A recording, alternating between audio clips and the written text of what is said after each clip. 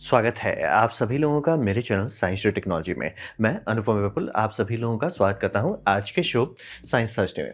आज हम लोग बात करेंगे डेल्टा टी के बारे में, यानी कि हमारे हकीकत का, रियलिटी का कोर है, साइंटिफिक एसेंस है। इसको समझना हम सभी के लिए ज़रूरी है।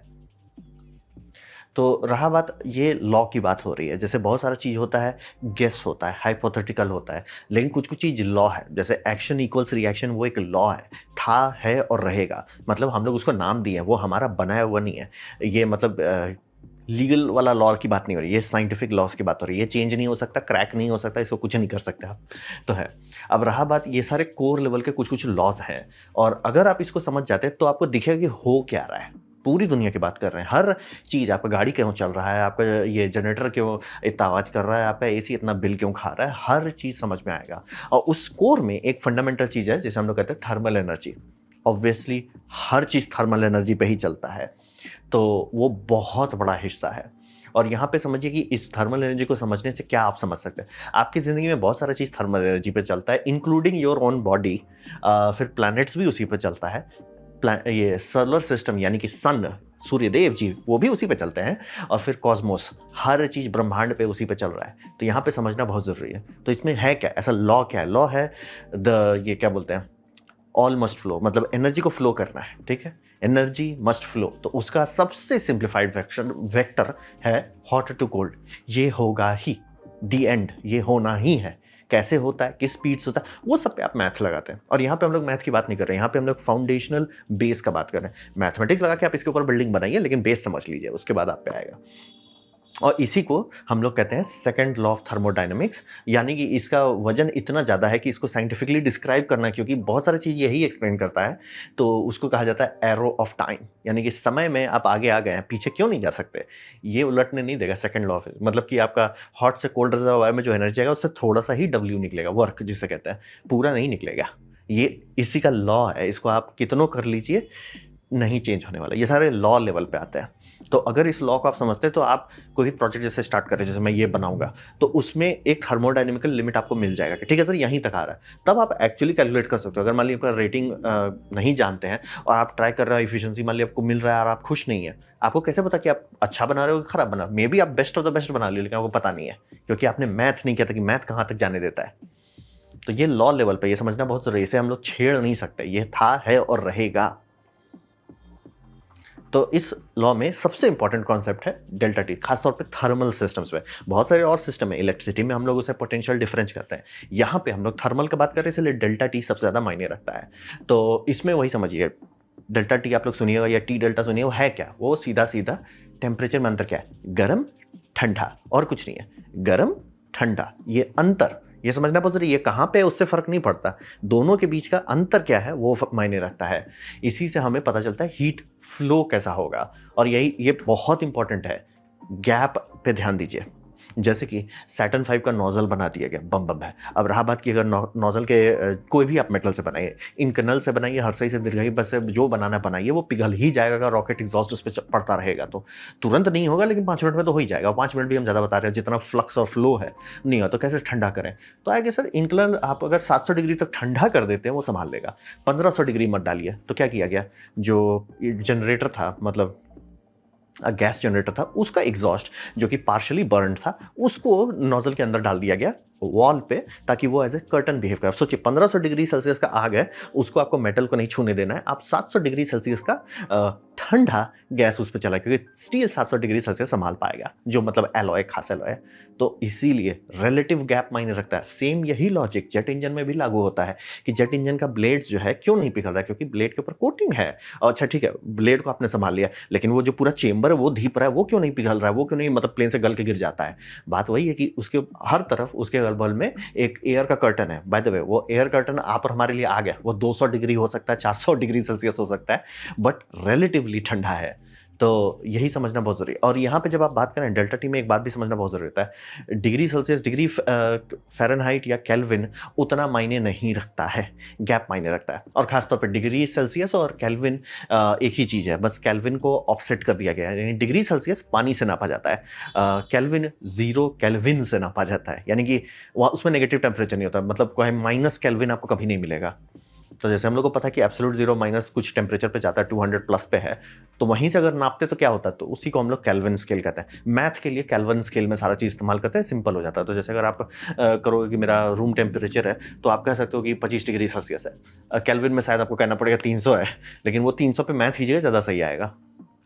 लेकिन यूनिट मायने रखता है, हमेशा रिलेटिव मायने रखता है। इसीलिए वो डिग्री है, फ़ारेनहाइट है, केल्विन है, ये सब पे उतना ध्यान मत दीजिए। मतलब अंदाजा आपको होना चाहिए क्या हो रहा है, लेकिन उतना इंपॉर्टेंट नहीं है। डिफरेंस इकलौता चीज़ जो मायने रखता है। अगर डिफरेंस आप सही से कैलकुलेट कर रहे हैं, सारा चीज़ हो जाएगा। आपको समझ में आएगा कि लोचा क्या है, हो क्या रहा है, डिफरेंस है। और इसको समझिए, स्कूल में आप लोगों को पढ़ाया गया होगा Newton's law of cooling, experiment भी कराया गया होगा। पता नहीं, मेरे साथ तो हुआ है, आप लोग के साथ हुआ है कि नहीं पता है। मतलब एक पानी को बीकर में रख के गर्म कर दो, उसमें थर्मामीटर लगा और कुछ कुछ देर पे लिखते जाओ कितना उसका टेम्परेचर ड्रॉप कर रहा है, और उसको ग्राफ पेपर में आप लिखिए तो आपको दिखेगा ऐसा एक कर्व। इसी को कहते हैं न्यूटन्स लॉ ऑफ कूलिंग।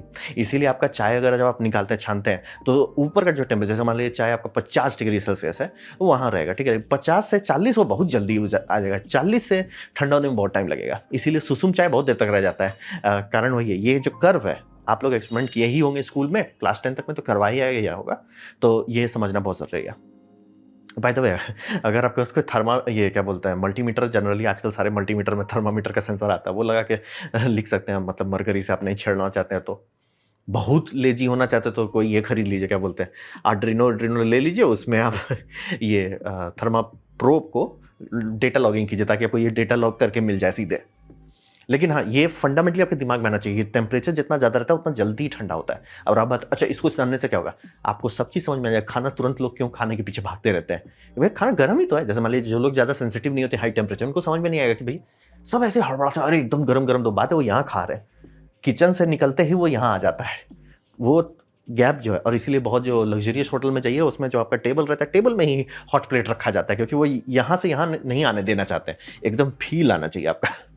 तो यही सेकंड लॉ ऑफ कूलिंग जो है, मतलब न्यूटन्स लॉ ऑफ कूलिंग जो है, और यही ग्लोबल वार्मिंग में भी असर करता है। यानी कि आप लोग देख रहे हो ग्लोबल वार्मिंग से लोग कहते हैं 2 से 3 डिग्री, लेकिन आपको लगता है गर्मी बहुत हो रहा है। गर्मी, अगर अब रहा बात, अगर आपको कोई चूना लगाना चाहिए, दिखाएगा देखो भैया पहले भी तो उतनी टेम्परेचर जाता था, ये बात एकदम सही है। तो फिर गड़बड़ क्या है, गड़बड़ है कि लोअर टेम्परेचर पर भाग गया।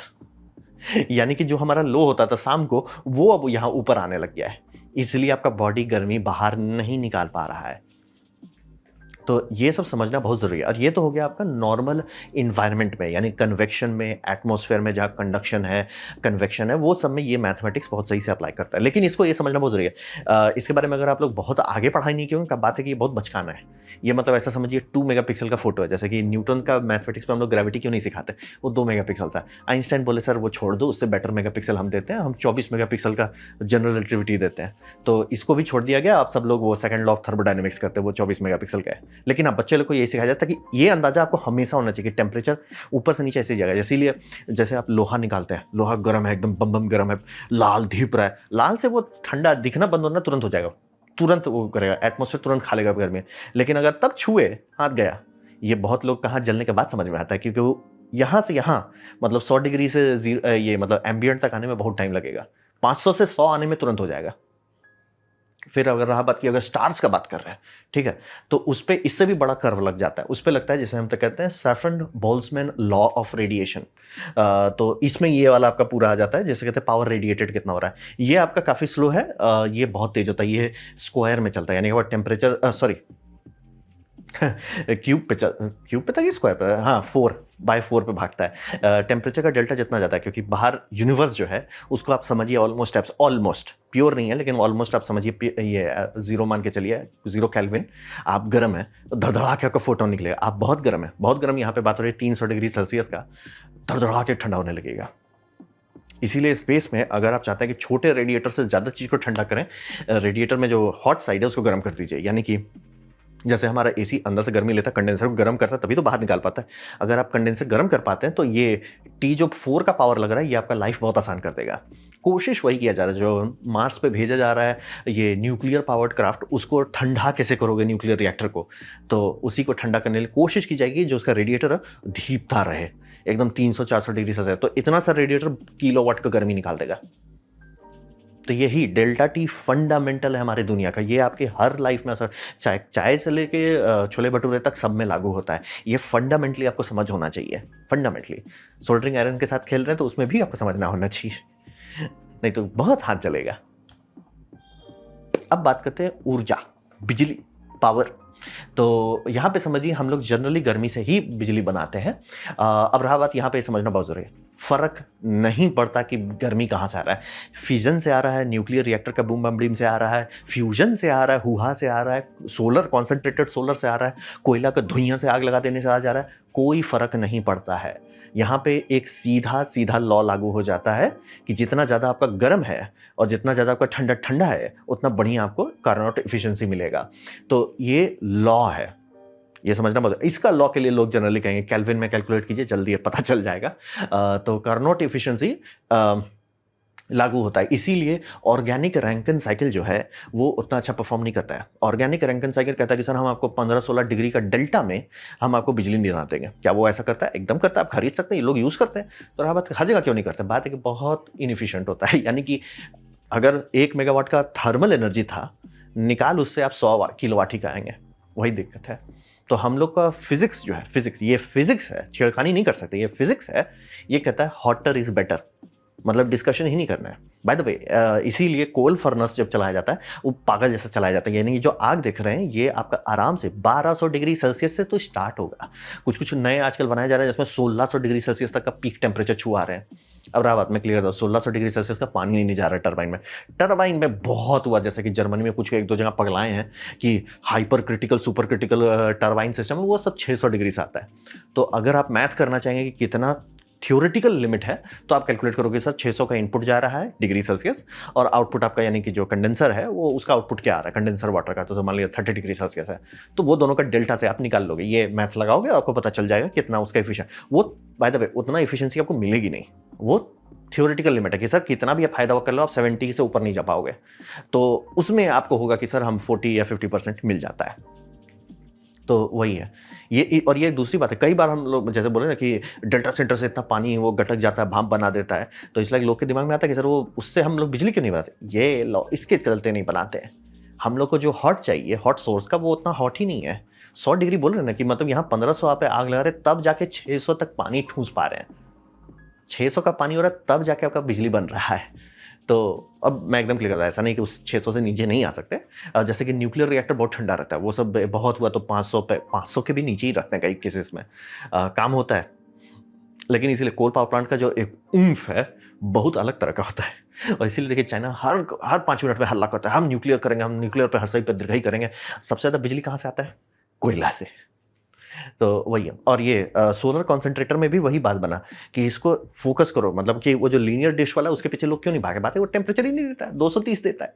तो 230 आप गर्मी में गर्म जगह पे 230 आपके पास हॉट आ रहा है, यानी आपका 230 यहाँ आ रहा है और यहाँ पे मान लिया आपका 60 डिग्री आ रहा है भारत में, क्या कीजिएगा उतना डेल्टा में? ORC चलेगा, मैं एकदम क्लियर करता हूँ, ORC चलेगा, ऑर्गेनिक रैंकिन साइकिल चलेगा, आपको बिजली भी देगा, बस जो अमाउंट है वो बहुत कम होगा।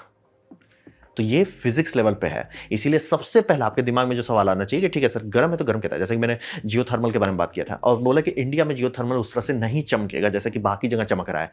क्यों नहीं चमकेगा? हम लोग गर्म है सर। वहाँ पे अभी जैसे जो रिसेंटली हम कवर किए, हम ड्रिल करेंगे, हम उसको ये कर लेंगे, मैप कर लेंगे, मैक्सिमाइज करेंगे, कर दिया आपने प्लांट भी बना दिया, प्लांट ने बिजली भी दे दिया, लेकिन फिर मैंने उसका तापमान चेक किया, मतलब कि पूरा जो जगह का है, टेक्सास में किसी जगह पे था, आप लोग वीडियो स्क्रॉल कर लिए, हमको याद भी नहीं हम कितना चीज़ के बारे में बात किया। तो उस जगह का डेटा जो है कि सर वहाँ का तापमान एवरेज क्या है, 10 डिग्री सेल्सियस है। सर वो हमारे लिए बर्फबारी है। 10 डिग्री सेल्सियस में ऑब्वियसली वो आपको उतना बढ़िया बिजली दे रहा है। इंडिया का वो 60 कर दीजिए, मैं एकदम क्लियर, बिजली अभी भी मिलेगा लेकिन इतना कम मिलेगा, कोई फायदा नहीं। इसीलिए बोल रहे थे कि उसको डायरेक्ट यूज़ कर लो ये करने में, कूलिंग करने में, मतलब डिस्ट्रिक्ट कूलिंग के लिए वो ज़्यादा फायदेमंद होगा। डायरेक्ट यूज़ करो, अगर टी डेल्टा इतना कम है फ़ायदा नहीं है। तो ये हमारा सबसे बड़ा हेडेक है कि इंसानियत लो ग्रेड वेस्ट हीट का कुछ कर नहीं पाता है। अगर लो ग्रेड वेस्ट हीट करने लगे, जैसे सिंपल एग्जांपल देते हैं, अगर मान लीजिए आप एक रिमोट लोकेशन पे हैं, ठीक है, आपका रेगिस्तान में आपको ये कुछ चलाना है, ठीक है, कहीं से कोई कनेक्शन नहीं, आपके पास एक डीजल जनरेटर है, ठीक है, आप उसमें पेट्रोल डालिएगा, तो आप ये कर सकते हैं कि उस जनरेटर का हीट से ये चलाइए, एब्जॉर्प्शन चिलर चलाइए और आपका ठंडा होता रहेगा। आपको बिजली से एसी नहीं चलाना। क्या ऐसा किया जाता है? बहुत जगह किया जाता है, जिसे हम लोग कहते हैं combined heat and power, CHP। वो आपको 60-70% दे देता है।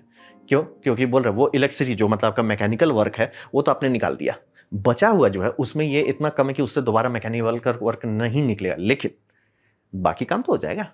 ये क्लेवर यूज होता है और उसका भी पेनल्टी पड़ेगा कि उसका सीओपी कम होगा, लेकिन वो वेस्ट हीट है, वेस्ट हीट से कुछ भी कर लो वो प्रॉफिट वाला। जैसे बोल रहा था कि सोलर, अभी बहुत सारी कंपनी कोशिश कर रही है कि सोलर रेफ्रिजरेशन बनाने का डायरेक्ट, लेकिन बहुत खराब सीओपी, तो बहुत लोग रोना रो रहे हैं कि अरे इसका सीओपी तो सिर्फ 0.6 है, जबकि एक अच्छा एसी का 2 होता है ड्राई का, और जो वेट चिलर सब चलते हैं जिसमें पानी इवेपोरेट करते हैं वो सब 5-6 पे रहता है। इसलिए सर उसमें आप बिजली का पैसा दे रहे हो, इसमें पैसा नहीं दे रहे हो, गर्मी का टैक्स नहीं लगता है, चुप रहो।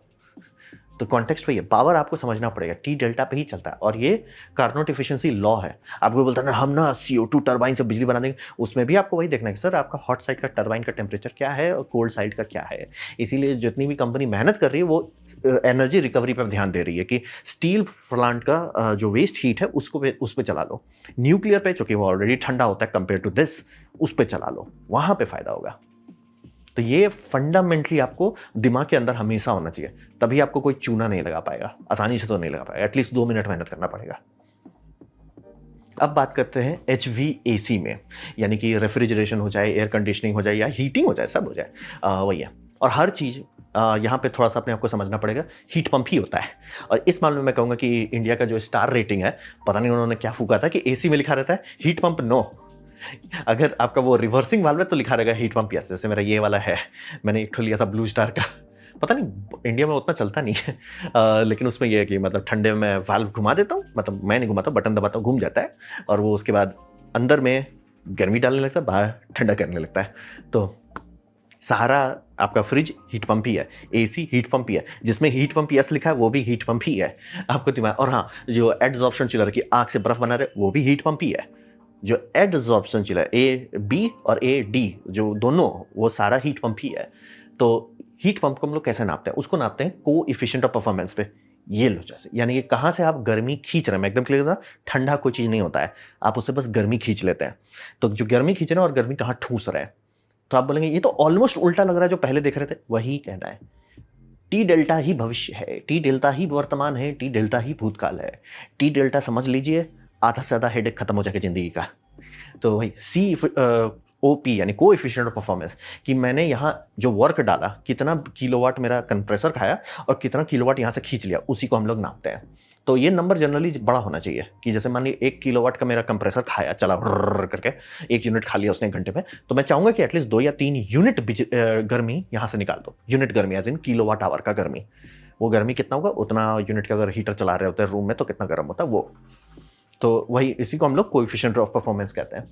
और वही जो आप बड़े बड़े बिल्डिंग सब देखते हैं जिसपे कूलिंग वाटर है, AC है, तो कूलिंग वाटर क्या है, बात है कि उनको पता है कूल तो बहुत बड़ा एरिया करना है, ठीक है, बिजली का लिमिट है। और बिजली के बाद सबसे बड़ा हेडेक आता है कि इतना ज़्यादा हीट इतने छोटे जगह पे डाल देते हैं कि वो हवा उसको कैरी नहीं कर पाता है, तो पानी डाल डाल के पानी बॉईल करते हैं, इसीलिए उनका कूलिंग वाटर का कंजम्पशन है। वो गटकते हैं कि हाँ भैया 1000 लीटर पानी पर घंटे हम लोग गटक रहे हैं ताकि बिल्डिंग ठंडा रहे। बहुत सारे बिल्डिंग में होता है कूलिंग वाटर कंजम्पशन। कारण वही है कि चिलर आपका गर्मी एक जगह से खींच के डाल दे रहा है, लेकिन ये जो टेम्परेचर इन्वायरमेंट, वो लोकल इन्वायरमेंट 100 डिग्री हो जाएगा अगर वैसा किए, तो वो ठंडा कर ही नहीं पाएगा अपने आप को, तो इसीलिए उसमें पानी डाला जाता है। तो तब जाके उन लोग का COP पागल, हम बहुत पहले कंफ्यूजिंग लगता था उनका COP। देखते हम सबका मैथ देख रहे, कह रहा कि सर बेस्ट ऑप्टिमम सिनेरियो में 4 मिलेगा, और इनका देखते थे प्लेट पे लिखा हुआ है COP 8 COP 9। हम लगे ये धांधली क्यों है, वो पानी मतलब बेसिकली कंडेंसर को कूलर से ठंडा कर रहे हैं, इवेपोरेटिव कूलर से। तो इसलिए आपको समझना बहुत ज़रूरी है कि COP मायने रखता है। ये नंबर जितना आप ज़्यादा रखेंगे COP का, उतना कम बिजली लगेगा। और यहाँ पे 2 मेन फैक्टर होता है। पहला आपका जो सिस्टम है, सिस्टम में क्या है, कंप्रेसर कौन सा है, जैसे कि अलग अलग कंप्रेसर, जैसे आपका फ्रिज कंप्रेसर, उसमें ये रेसिप्रोकल होता है, रेसिप्रोकल होता है। AC वाला वो नहीं होता, AC वाला में रोटरी होता है, करता रहता है। थोड़ा बड़ा AC लेंगे तो उसमें आपको स्क्रोल मिलेगा, वो और इफिशिएंट होता है। बहुत बड़ा चिलर लेंगे तो उसमें ये सब नौटंकी नहीं रहेगी, उसमें दादाजी रहेंगे। दादाजी होता है टर्बो जनरेटर, वो सीधे टरबाइन पे चल रहा है, तो वो बहुत इफिशिएंट। अब उसका एक लिमिट है, मतलब कि आपका जो फ्रिज वाला कंप्रेसर, वो ठुचू वाला, वो बहुत ज़्यादा पावर नहीं कर सकता। उससे आप चाहेंगे कि रूम ठंडा कीजिए, भले उसका कंडेंसर बाहर निकाल दीजिए, नहीं कर पाएगा, वो बोल जाएगा, वो बना नहीं है उतना ड्यूटी साइकिल के लिए। AC का कंप्रेसर इसीलिए इतना बड़ा होता है कि बना है कि हम चल सकते हैं। और वहीं जब बड़ा होता है सर, उसमें भी बहुत फ्रिक्शन है, नहीं चलेगा। स्क्रोल कंप्रेसर है ये सर, उसमें कहीं फ्रिक्शन नहीं होता है। तो ऐसे ऐसे करके हम लोग को बढ़ाना पड़ता है। तो वो एक सिस्टम का लिमिट है, ठीक है। ये कि आपका मैकेनिकल इफिशिएंसी क्या है, मतलब आप बिजली कितना डाल रहे हो, आप नाप ले रहे हो कि सर हमने तो डाल दिया 1 किलोवाट का बिजली, मतलब मोटर में डाल दिया, मोटर घुमा दिया, चलो मान लीजिए मोटर भी 100% है, मोटर घुमा दिया सर, लेकिन आपका कंप्रेसर जो मैकेनिज्म है वही इनएफिशिएंट है, वो बहुत फ्रिक्शन कर रहा है, तो क्या फायदा होगा। तो इसीलिए ये थोड़ा सा समझना पड़ेगा। तो वो एक लिमिट बनाता है कि आपका सीओपी कंप्रेसर कितना एफिशिएंट है। दूसरा, रेफ्रिजरेंट, अलग अलग रेफ्रिजरेंट आते हैं। जैसे कि पहले इंसानियत अच्छा समझदार होता था तो अच्छे अच्छे रेफ्रिजरेंट इस्तेमाल करते थे, जैसे अमोनिया यूज़ करते थे, CO2 यूज़ करते थे, फिर प्रोपेन यूज़ करते थे, ब्यूटेन यूज़ करते थे, फिर हम लोगों ने गांजा फूक लिया, फिर हम लोगों ने ये वो हर सही दिया, फिर पता चला ओजोन में छेद हो गया, फिर बदले, फिर पता चला कि वो उसमें भी दूसरा प्रॉब्लम है, फिर समझ में आया कि शांति से वापस वहीं चले गए। अभी देखिए सबसे बड़ा टॉपिक क्या है, CO2 refrigeration. I am like, बेटा वहीं से चले थे, अमोनिया रेफ्रिजरेशन वहीं से निकले थे। मतलब पूरा दुनिया गोल गोल घूम के आ गया। मतलब समझिए 1850 से जहां से चले थे वापस अब वही पहुंच गए।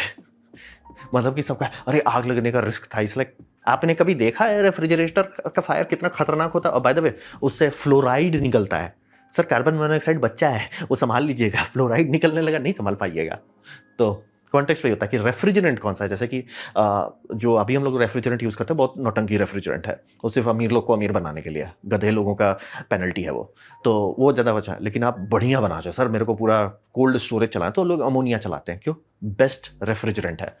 तो अच्छा कंप्रेसर लीजिए, बेस्ट रेफ्रिजरेंट लीजिए, तो वो एक आपका लिमिट बना देगा कि सर हम इतना तो एफिशिएंट हम हैं मैकेनिकली, ठीक है। अब आता है कि आपका एक्चुअल इफिशिएंसी क्या मिलेगा। सर वो तो मैंने पेपर में दिखा दिया, वो आपका स्टार स्टैंप मार के दे दिया मैंने। अब बताइए आपको कितना मिलेगा। वो डिपेंड करता है कि रियल वर्ल्ड में आपका डेल्टा टी क्या है। बोले दुनिया में हर चीज डेल्टा टी, डेल्टा टी आपका कितना आ रहा है between condenser and evaporator. Example देते हैं, आपका टेम्परेचर लिफ्ट, मतलब कि कंडेंसर जो है कितना ऊपर तक गर्मी ठूस पा रहा है और इवेपोरेटर कितना नीचे तक ला रहा है, कोशिश कर रहा है। तो वो जो टी हिल्ट है, अगर 35 डिग्री सेल्सियस का आप रख रहे हैं दोनों के बीच का गैप, तो आपको COP 4.4 मिल रहा है। यानी कि बिल ज़्यादा नहीं आएगा। क्यों नहीं ज़्यादा आएगा? क्योंकि कंप्रेसर तो उतना ही बिजली खाएगा, चालू होगा तो। बात है कंप्रेसर चालू होगा, वो थोड़ा देर चलेगा, बंद हो जाएगा। इट्स लाइक हो गया सर, मेरे को जितनी गर्मी निकालनी थी ताकि टेम्परेचर ड्रॉप हो, वो हो गया, मैं बंद, मैं चिल। लेकिन अभी वहीं पे आप एक कर दो कि सर हम ठूस रहे हैं 55 डिग्री, ये भी बहुत ऑप्टिमिस्टिक बता रहे हैं, 55 डिग्री है, ये COP 3 हो गया आपका। ये समझना पड़ेगा, ये डेल्टा जितना बढ़ाते जाएंगे उतना आपका जीना मुश्किल होते जाएगा। और बाय द वे इसमें एक और हेडेक आता है कि टी डेल्टा जो आप देख रहे हैं वो आपको अंदर देखना है, सिस्टम के अंदर। जैसे मैंने बोला कोल का फर्नेस का फायर बहुत हाई है, लेकिन वाटर उतना हाई नहीं है। यहाँ पे भले आपको लगे अरे जैसे मैंने रूम से अभी जैसे रूम सेट किया हुआ 27 डिग्री सेल्सियस, अब बाहर मान लीजिए 45 है, तो आपको तो लगेगा उतना तो नहीं है, बिल तो बहुत कम आना चाहिए। नहीं सर, दिक्कत ये कि 27 मुझे दिखा रहा है, इवेपोरेटर यानी जहां पे जो रेफ्रिजरेंट आके बॉईल हो रहा है वो -15 पे होगा। वो एक समस्या बन जाता है। -15 टू 45, अब आपको समझ में आया कि भैया बिल इतना क्यों आता है। मैं आराम से देख सकता हूं कि कल अगर लोग समझदार हुए तो हम लोग बोलेंगे कि ये इसका फायदा ये होता है कि अगर आप जो इस तरह का रेफ्रिजरेंट यूज करते हैं जो इतना नीचे जाता है, -10 तक जाता है, वो रूम ठंडा तुरंत कर पाता है। मतलब कि इफिशिएंट बहुत नहीं होता, बिजली बहुत खाएगा, लेकिन ठंडा तुरंत कर देगा। अगर इसमें सेम कूलिंग पावर आप लेते हो, जैसे मान लीजिए 5 किलोवाट का ये लीचिंग पावर है इसमें कि खींच लेगा 5 किलोवाट, अगर वो इवेपोरेटर 10 डिग्री सेल्सियस पे है उसको टाइम लगेगा खींच पाने में। वहीं पे वो -18 है, तुरंत रूम ठंडा कर देगा। इसीलिए आप लोग देखते होंगे कि जब एक अच्छा वर्किंग AC है, बटन दबाए 5 मिनट के अंदर आपका रूम ठंडा होने लग जाता है कि इसलिए सर ठंडा हो रहा है। तो वो पेनल्टी पड़ेगी अगर लोग रेफ्रिजरेंट चेंज करते हैं कि सर 10 तक ही जाओ, क्योंकि हमारा बिल हम नहीं अफोर्ड कर पा रहे हैं, 5,000 8,000 रुपया बिल आ रहा है, अफोर्ड नहीं कर पा रहे। तो उसमें क्या पेनल्टी पड़ेगी? उसमें लोगों को थोड़ा सब्र रखना होगा। बहुत मुश्किल बात है टिकटॉक जनरेशन के लिए, या तो उन्हें दिन भर चलाना होगा कि भैया सिर्फ वो चलता रहेगा ताकि वो हेडेक नहीं रहे। अब रहा बात, मैं आराम से देख सकता हूँ जो लोग हॉस्पिटल होटल ये सब में वो करेंगे, भैया हमें तो दिन भर चलाना ही है तो बिजली बचा ही लेते हैं। तो इसीलिए डेल्टा टी सर्वप्रथम, इसको समझिएगा तभी समझ में आएगा बिल कितना आ रहा है। बहुत बहुत लोगों का हम बहुत उटपटांग देख रहे हैं नंबर के, इसलिए हमारा AC तो इतना बढ़िया है, इसलिए सर धांधली, शुद्ध धांधली। हाँ, AC में आप ये जरूर चेक कर सकते हो कौन सा रेफ्रिजरेंट है। कोशिश कीजिए अगर आप गर्म जगह पे रहते हैं तो ऐसा रेफ्रिजरेंट लीजिए जो ज़्यादा ठंडा ना हो। अब बोलिए उसमें देर लगेगा, इसलिए सर देर लगेगा, लेकिन अगर बिल आपका मिसाइल नहीं मार देगा आपको। और दूसरा, अगर आप देखना चाहते हैं कम AC बहुत लोड है, ढंग का कंप्रेसर है कि नहीं उसमें, स्क्रोल कंप्रेसर सबसे ऊपर आप अफोर्ड कर सकते हैं। टर्बो कंप्रेसर तो नहीं कर पाइएगा, स्क्रोल कर तक कर लेंगे। बड़ा वाला जो आता है उसमें स्क्रोल आता है, 5-6 रूम को एक से स्क्रोल कंप्रेसर संभाल लेता है, बोलता है थारा भाई संभाल लेगा, फ्रिक्शन कम रखेगा। तो ये हो गया HVAC में, इसीलिए समझना बहुत ज़रूरी है कितना चूस पा रहे हैं आप। अब बात करते हैं इलेक्ट्रॉनिक्स का। तो ये हम अपना पावर बना रहे थे, लैब बेंच पावर सप्लाई के लिए बोर्ड बनाए थे, इसमें पास एलिमेंट है, लीनियर पावर सप्लाई है, तो उसमें ये एलिमेंट को ठंडा करने के लिए सोचना पड़ता है। तो यहाँ पे समझना बहुत जरूरी है, ठंडा करना उतना तो मुश्किल नहीं होना चाहिए, क्योंकि जब गर्मी खुद ही जाना चाहती है, पास एलिमेंट गर्म होगा, गर्मी बाहर निकल जाएगी, बल्ले बल्ले। वो बात सत्य है, लेकिन दिक्कत ये आता है कि अगर ज़्यादा गर्मी निकालना है, गर्मी में दो वेक्टर है, जैसे कि आपका इलेक्ट्रिसिटी में दो वेक्टर होता है ना, वोल्टेज और एम्प्स, तब जाके आपको टोटल मिलता है जिसे हम लोग कहते हैं वाट्स। तो गर्मी में भी वही है, टेम्परेचर और फ्लक्स। तो रहा बात की फ्लक्स कितना है, फ्लक्स को नापते हैं हम लोग जनरली वाट पर मीटर स्क्वायर के हिसाब से। तो अगर वो नंबर बड़ा है, जैसे कि मान लिया आपका CPU जो है वो 100 वाट खा सकता है या 120 वाट खा सकता है, कुछ कुछ CPU तो पगलाते हैं 300 वाट खाते हैं, तो 300 वाट अगर वो खा रहा है, तब वो गर्मी डाल ही नहीं पाएगा स्पीड से, क्योंकि तब उसका टेम्परेचर भागना बहुत जल्दी शुरू करेगा। रूम अभी भी उससे गर्मी खींचेगा ही, लेकिन वो स्पीड जो है वो इतना कम रहेगा कि जो कोर टेम्परेचर वो भाग जाएगा। इसीलिए जब इस तरह का पास एलिमेंट देखते तो इसमें लिखा रहता है ऑपरेटिंग टेम्परेचर 125 डिग्री सेल्सियस, फिर भी सब लोग कंप्लेन कर रहे हैं कि भैया जल जा रहा है, 125 तो नहीं होगा। उसके अंदर जो डाई है, जो एक्चुअल सिलिकॉन एलिमेंट है, वो उतना चाहिए। केस का टेम्परेचर का बात नहीं कर रहे हैं। और कुछ गधे लोग हीट सिंक का टेम्परेचर नापते हैं। इट्स लाइक आपको अगर हीट सिंक का टेम्परेचर आप नाप रहे हैं तो आपको बैक कैलकुलेट करना होगा कि हीट सिंक का टेम्परेचर मान लीजिए 75 है, तो इसका मतलब है कि डाई आपका 150 पे है, केसिंग 100 पे, केसिंग मतलब ये डाई जो अंदर है, जो एक्चुअली जिसे आपको बचाना है, वो कितना पे है, तब यहाँ पे उतना टेम्परेचर आएगा। ये फिजिक्स का लिमिटेशन है, इसीलिए फ्लो को समझना, डेल्टा टी यहाँ पे आता है। ये बहुत इजी टू ओवरलुक सिचुएशन। अरे मैंने रेडिएटर लगा दिया था सर, वैसे थोड़ी चलता है रेडिएटर। रेडिएटर में यहाँ गर्मी डालना पड़ता है, ठूंसना पड़ता है, तब जाके पीछे आ पाता है। तो इसका पेनल्टी वही पड़ता है, अगर आप इस तरह का रेडिएटर लेते हैं जो ऑप्टिमम नहीं है, तो कोर टेम्परेचर भाग जाएगा। भले आपको लगे अरे तो ठंडा ही है, लेकिन वो तापमान भाग रहा है, तो एक सीरियस समस्या बन जाता है। तो अगर आपको है, जैसे मान लीजिए कि आपको स्मार्टफोन को कूल करना है, तो बोलेंगे उस स्मार्टफोन में उतना बिजली है ही नहीं कि वो गर्म हो जाता, लेकिन बात है कि इतनी सुन जगह पे है। SOC का जो एक्चुअल डाई वो बेयरली 4 या 5 मिलीमीटर स्क्वायर है, बेयरली। तो रहा बात उसमें आप डाल रहे हो आधा वाट, बहुत गर्म हो जाएगा। तो उससे वो गर्मी निकालना है, तो आप सोचोगे ना हम उस पर कॉपर डाल देते हैं, कॉपर बाहर तक नहीं आएगा, तो आप बाहर नाप रहे हो तापमान, बाहर आ रहा है सर 48 डिग्री सेल्सियस, यानी कोर ठंडा ना, कोर धीप रहा है 63 है, क्योंकि फ्लो रेट हीट का कम है। वहीं पे आप हीट ये लगाइए, वेपर चेंबर लगाइए, धड़धड़ा के वो गर्मी खींच दिया। अब वो 56 है, लेकिन देखिए आपको भले खराब लगे, मतलब क्या वेपर चेंबर आपके हाथ में है तो आपको खराब लगेगा, भैया वो 55 डिग्री सेल्सियस है। तो ये समझना चाहिए, गर्मी खींच रहा है, मतलब वेपर चेंबर के अंदर जो फ्लूइड मोशन होता है वो ये इफिशियंसी करता है। लेकिन फायदा है कि आपका सामान नहीं हीट हो रहा है, ओवर हीट नहीं हो रहा है। इसीलिए जब कंप्यूटर का हीट सिंक देखते हैं तो उसमें सिर्फ फैन नहीं दिया जाता है, उसमें आपको पूरा वेपर पाइप, या तो वेपर चेंबर लीजिए सर्वर वाले में, या वेपर पाइप लीजिए। वो बिना उसके हीट पाइप जैसे कहते हैं, बिना उसके काम होगा ही नहीं। वो गर्मी यहाँ से खींच के नहीं ले जा पाएगा, वो खींच के ले जाना, नहीं खींचेंगे तो वो तापमान भाग जाएगा। वो ठूस देगा गर्मी, लेकिन वो जल जाएगा। जैसे ये सब पास एलिमेंट सब जो है आपका, ये लिखा रहता है कि 125 तक हम संभाल लेंगे। CPU लिखा रहता है सर 90 से ऊपर नहीं जाना है, 90 भी बहुत ज़्यादा बता रहे हैं, लाइफ डिग्रेड करने लगेगा, तो आपको 80 से नीचे ही रखना रहता है। इसीलिए बहुत मेहनत किया जाता है कि CPU सब में, CPU के अंदर डाई में जो सिलिकॉन है उसी के बगल में थर्मल सेंसर लगाओ, तभी आपको बताते हैं कोर टेम्परेचर, इसीलिए सारे कोर का टेम्परेचर दिखाता है वो, तब जाके आप ये सिस्टम से ठंडा कर पाएंगे। तो एक्टिव सिस्टम चाहिए। अगर कॉन्सेंट्रेशन गर्मी का बहुत है, यानी कि एक पास एलिमेंट उसमें बहुत हीट जा रहा है, पैसिव हीट सिंक से काम नहीं चलेगा। आपको उस पर या तो वेपर चैम्बर डालना होगा या फैन डालना होगा, आइडियली दोनों डालना होगा अगर बहुत गर्मी की बात हो रही है तो। इसीलिए लैपटॉप सब में दिक्कत वही है, ठंडा करना बहुत आसान है, लेकिन वेपर चैम्बर जो गर्मी को फैला दे, उसको डालने में दो दिक्कत आता है। आपने डाल दिया, CPU ठंडा होगा, लेकिन पाम जो है आपका गर्म होने लगेगा, तो आपका लैप जलने का खतरा रहता है। जैसे कि एप्पल वहाँ पे इंसुलेटर लगा देता है, तो बोले SOC तो जल जाएगा, जलता ही है। इसीलिए एप्पल के SOC को आप परफॉर्मेंस देखिए बहुत ख़राब आता है। क्यों? क्योंकि उनको बाय लॉ बनाना है कि आपने मेटल बॉडी दे दिया तो आपके थाई पे रखेंगे, थाई जलना नहीं चाहिए। इसीलिए वो लोग रिस्क ले रहे हैं, पेनल्टी। SOC जो है थ्रॉटल हो जाता है, थर्मल थ्रॉटल। इसीलिए सब लोग मीम बना रहे हैं, उसको खोल के वहाँ कूलर लगा दिए, ठंडा हो गया, परफॉर्मेंस बहुत आ गया। इसलिए बात वही है, आप गर्मी निकालना बहुत आसान है। जैसे ये सब कैमरा में भी वही दिक्कत है, गर्मी आराम से निकाला जा सकता है, लेकिन बात है हाथ में पकड़ने के लिए डिज़ाइन करना है, तो ये 60 डिग्री हो जाएगा गर्म, दिक्कत हो जाएगा।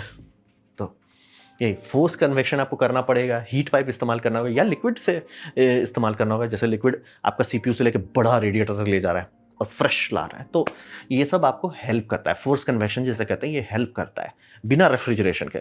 लेकिन इसमें भी वही बात है, टी डेल्टा जितना बड़ा रहेगा उतना अच्छा रहेगा। जैसे कि ये आपका 55 है, ये क्यों ठंडा हो जा रहा है तुरंत? क्योंकि ये 55 है, वो 48 है।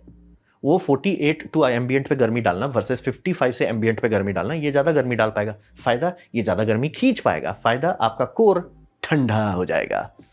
तो सारा चीज़ में वही आता है, टी डेल्टा जितना आपका और कम टी डेल्टा में काम करना, जैसे पता है पावर प्लांट के लिए भी वही दिक्कत है। कम टी डेल्टा में भले मेगावाट का एनर्जी हो, निकालना मुश्किल हो जाता है। यहाँ पे भी वही दिक्कत है। अगर आप चाहते हैं मेरा एसओसी का टेम्परेचर एम्बियंट के बहुत पास हो, बहुत मुश्किल होगा। और आप चाहोगे नहीं एम्बियंट पे ही रहे, सीधा बोल दिया जाए रेफ्रिजरेटर लगाओ, बिना उसके कुछ नहीं होने वाला है। नहीं तो वो गर्मी पंप ही नहीं कर पाएगा ना, तो गर्मी खींच के निकालना पड़ेगा। तो उसके लिए आप रेफ्रिजरेशन यूज़ कीजिए। इसीलिए हम लोग इतने बड़े बड़े फैन लगाते हैं, इतना सारा ही सरफेस एरिया देते हैं। और सारे सरफेस एरिया यूज़ हो, ये वाला पेनल्टी ना बन जाए, यूज़ हो, उसी के लिए वेपर चेम्बर इस्तेमाल करते हैं या हीट पाइप इस्तेमाल करते हैं। इसीलिए इलेक्ट्रॉनिक्स, चाहे वो बेसिक मतलब लीनियर पावर सप्लाई का पास एलिमेंट हो, चाहे कंप्यूटर का वो हो, सर्वर का एआई का हो, हर से दीर्घई सब में चाहिए। इसीलिए आजकल देखिए वो बोल रहे हैं सर्वर को लिक्विड में ही डुबा दो, डाइलेक्ट्रिक लिक्विड में, क्योंकि वो 50 डिग्री सेल्सियस पे बॉईल करेगा। 50 पे अगर वो बॉईल कर रहा है यानी 60 तक ही कोर जाएगा, बढ़िया है। और लिक्विड फेस चेंज का फायदा होता है, टेम्परेचर कांस्टेंट रहता है, कितना भी गर्मी डालिए तो 50 से ऊपर नहीं जाएगा, यानी कि कोर 60 से ऊपर नहीं जाएगा, चाहे कितना भी लोड पे रहे, तो वो फायदा मिल जाता है। आप उसको कंडेंस कीजिए, कंडेंसर में गर्मी खींच के निकाल के बाहर डाल दीजिए। ये अब करना पड़ रहा है क्या कि इतना ज़्यादा पावर डेंसिटी डालते रहे इतनी सुन चिप में। बात हो रहा है इतना सा एरिया में 400 वाट खा रहा है। 400 वाट, हम लोग वाट पर मीटर स्क्वायर का बात करते हैं, वो 400 वाट इतनी सुन मिलीमीटर स्क्वायर में डाला हुआ है, भुंजा बड़ा बना देगा। तो ये हुआ इलेक्ट्रॉनिक्स। इसीलिए डेल्टा टी समझना बहुत ज़रूरी है। सिर्फ ऐसा ओ मैंने हीट सिंक लगाया, मैंने बहुत सारे लोगों का हम ये बना रहे वो बना रहे, सब में सीधा सस्ता सा एल्युमिनियम पोत दिया, बोले सर बड़ा जल्दी जल्दी जल जा रहा है। पैसा आपने बचाया, आपको हीट पाइप तो देना पड़ेगा। आइडियली वेपर चेंबर, नहीं तो हीट पाइप तो दो। वेपर चेंबर बहुत महंगा होता है, लेकिन हीट पाइप तो सस्ते में निपट सकता है। 700-800 रुपये में मिल जाता है CPU cooler, I am pretty sure. और थोड़ा सा हाथ पैर मारिए तो शायद और कम में मिल जाए। तो ये था मेरा प्रेजेंटेशन डेल्टा टी के बारे में, यानी कि तापमान के अंतर के बारे में। उम्मीद करता हूँ आपको समझ में आया, क्योंकि ये फाउंडेशन है। अगर ऐसा है, सीखने को मिला, कुछ समझ में आया, मज़ा आया है, तो प्लीज़ लाइक कर दीजिए, दोस्तों शेयर कर दीजिए, इससे मेरा काफ़ी भला होगा। इन्जॉय किए हैं तो हाइप कर दीजिए। नहीं अच्छा लगा, नहीं पसंद आया, कोई बात नहीं, आप डिसलाइक दबा सकते हैं। मैं कमेंट डिसलाइक 2 बार दबाएं, उससे मुझे पता चलेगा कितना ना पसंद हुआ है। मैं आपसे कमेंट लिखे, मैं हर कमेंट को पढ़ने की कोशिश करता हूँ। आपसे सब्सक्राइब कीजिए, बेल दबाइए, फ्री है तो। आपने वीडियो देखा, जानकर मुझे बहुत खुशी हुई। धन्यवाद।